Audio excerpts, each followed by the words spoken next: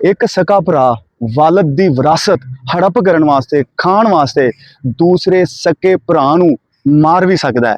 ਮੇਰੇ ਇੱਕ ਫੋਲੋਵਰ ਨੇ ਉਹਨਾਂ ਨੇ ਮੈਨੂੰ ਰਿਕਵੈਸਟ ਕੀਤੀ ਹੈ ਕਿ ਇਸ ਮੌਜੂ ਤੇ ਵੀ ਗੱਲ ਕਰੋ। ਉਹਨਾਂ ਦੇ ਮੁਤਾਬਕ ਇਹ ਹਕੀਕਤ ਹੈ ਕਿ ਉਹਨਾਂ ਨੇ ਕਿਹਾ ਕਿ ਸਾਡੇ ਨਾਲ ਵੀ ਇਹ ਜ਼ੁਲਮ ਹੋਇਆ ਹੈ ਕਿ ਇੱਕ ਸਕੇ ਭਾਈ ਨੇ ਵਾਲਦ ਦੀ ਵਿਰਾਸਤ ਖਾਣ ਵਾਸਤੇ, ਉਹਨਾਂ ਦਾ ਪੈਸਾ ਖਾਣ ਵਾਸਤੇ ਜਿੰਦੇ ਜਾਗਦੇ ਦੂਸਰੇ ਭਰਾ ਨੂੰ ਮਾਰ ਦਿੱਤਾ ਕਾਗਜ਼ਾਂ ਦੇ ਵਿੱਚ, ਜਾਂ ਅੱਗੇ ਜਾ ਕੇ ਦੱਸਿਆ ਕਿ ਜੀ ਉਹ ਮੈਂ ਤੇ ਇਕੱਲਾ ਹੀ ਵਾਰਸ ਰਹਿ ਗਿਆ, ਮੇਰਾ ਇੱਕ ਭਾਈ ਸੀ ਤੇ ਉਹ ਫੌਤ ਹੋ ਗਿਆ।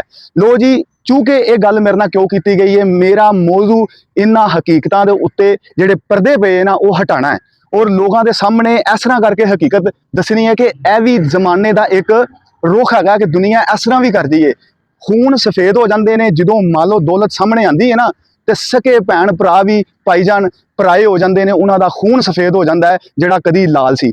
ਇਹ ਜ਼ਿਆਦਤੀ ਜਿਹੜੀ ਹੋਈ ਹੈ, ਇਹਦੇ ਮੁਤਾਲਕ ਮੇਰੇ ਇੱਕ ਫੋਲੋਵਰ ਨੇ ਕਿਹਾ ਜੀ ਇਹਦੇ ਤੇ ਜ਼ਰੂਰ ਵੀਡੀਓ ਬਣਾਓ ਔਰ ਲੋਕਾਂ ਨੂੰ ਦੱਸੋ ਕਿ ਜਿੱਥੇ ਤੁਸੀਂ ਇੰਨੇ ਹਕੀਕਤਾਂ ਤੋਂ ਪਰਦੇ ਉਠਾ ਰਹੇ ਜੇ, ਇਹ ਵੀ ਇੱਕ ਹਕੀਕਤ ਹੈ ਕਿ ਇਹਨਾਂ ਦੇ ਨਾਲ ਵੀ ਇੰਜ ਜ਼ਿਆਦਤੀ ਹੋਈ ਹੈ ਕਿ ਇੱਕ ਸਕੇ ਭਾਈ ਨੇ ਮਾਲੋ ਦੌਲਤ ਹੜਪ ਕਰਨ ਵਾਸਤੇ ਭਾਈਜਾਨ ਕੀ ਕੀਤਾ, ਆਪਣੇ ਸਕੇ ਭਰਾ ਨੂੰ ਮਾਰ ਦਿੱਤਾ ਹੈ। ਤੇ ਕੀ ਕਿ ਜੀ ਪੈਸੇ ਮੇਰੇ ਕੋਲ ਆ ਜੇ ਔਰ ਉਸ ਚੀਜ਼ ਦਾ ਜਿਹੜਾ ਨਾ ਮੈਂ ਦਾਅਵੇਦਾਰ ਹੋ ਜਾ।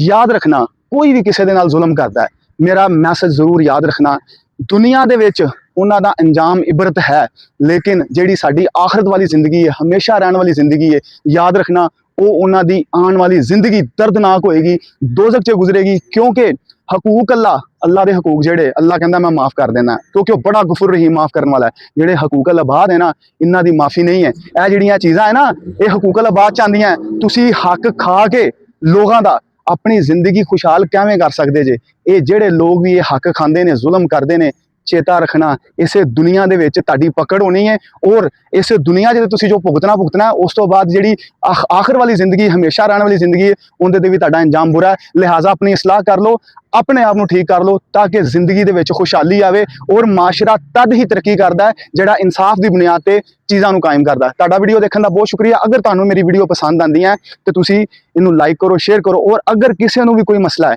ਆਪਣਾ ਦਰਦ ਦੱਸ ਸਕਦਾ, ਆਪਣਾ ਦੁੱਖ ਦੱਸ ਸਕਦਾ ਹੈ, ਮੈਂ ਆਪਣੇ ਸੋਸ਼ਲ ਮੀਡੀਆ ਦੇ ਪਲੇਟਫਾਰਮ ਦੇ ਜ਼ਰੀਏ ਉਹਨਾਂ ਦੀ ਹਕੀਕਤ ਦੁਨੀਆ ਦੇ ਅੱਗੇ ਰੱਖਾਂਗਾ ਤਾਂ ਕਿ तमाम ਲੋਕ ਅਵੇਅਰ ਹੋਵੇ ਔਰ ਜਿਹੜੇ ਵੀ ਲਾਲਚੀ ਕਿਸਮ ਦੇ ਲੋਕ ਹੈ ਸ਼ਾਇਦ ਅੱਲਾ ਉਹਨਾਂ ਨੂੰ ਇਸ ਕਿਸਮ ਦੀਆਂ ਗੱਲਾਂ ਤੋਂ ਹਦਾਇਤ ਦੇ ਦੇ ਔਰ ਇਹ ਜ਼ੁਲਮ ਕਰਨ ਤੋਂ ਬਾਅਦ ਆ ਜਾਏ। ਤੁਹਾਡਾ ਵੀਡੀਓ ਦੇਖਣ ਦਾ ਬਹੁਤ ਸ਼ੁਕਰੀਆ। Thank you very much. Allah Hafiz.